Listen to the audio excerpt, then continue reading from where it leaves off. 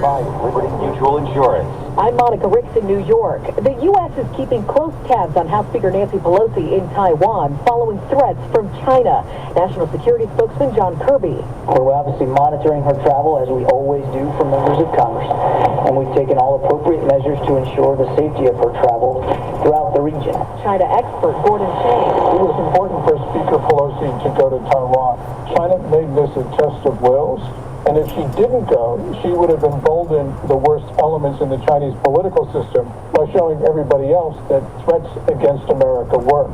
Pelosi is now the highest-ranking U.S. official to visit the island this century.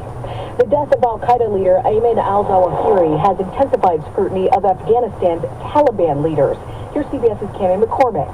The president's national security advisor, Jake Sullivan, says the U.S. is communicating directly with the Taliban and insisting it keeps its promises not to harbor terrorists who threaten other countries, and he issued a warning. We're prepared to take further action to ensure that Afghanistan can never again be used as a basis for attacking Americans. Sullivan says senior members of the Haqqani network associated with the Taliban knew Zawahiri was in Kabul. Recovery efforts continue in Kentucky as people there start picking through pieces of what's left of their flooded homes. It's an emotional roller coaster. We might be laughing 1 minute, and the next minute you're sitting there crying because you're coming across pictures and stuff that you never thought you would lose. 37 people have died.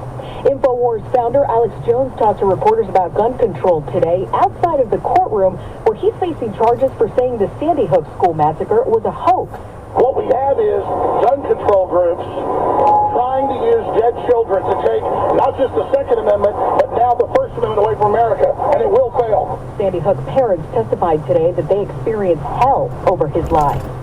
Brittany Griner's lawyers say they expect a verdict in her Russia drug trial soon. CBS's Allison Keyes.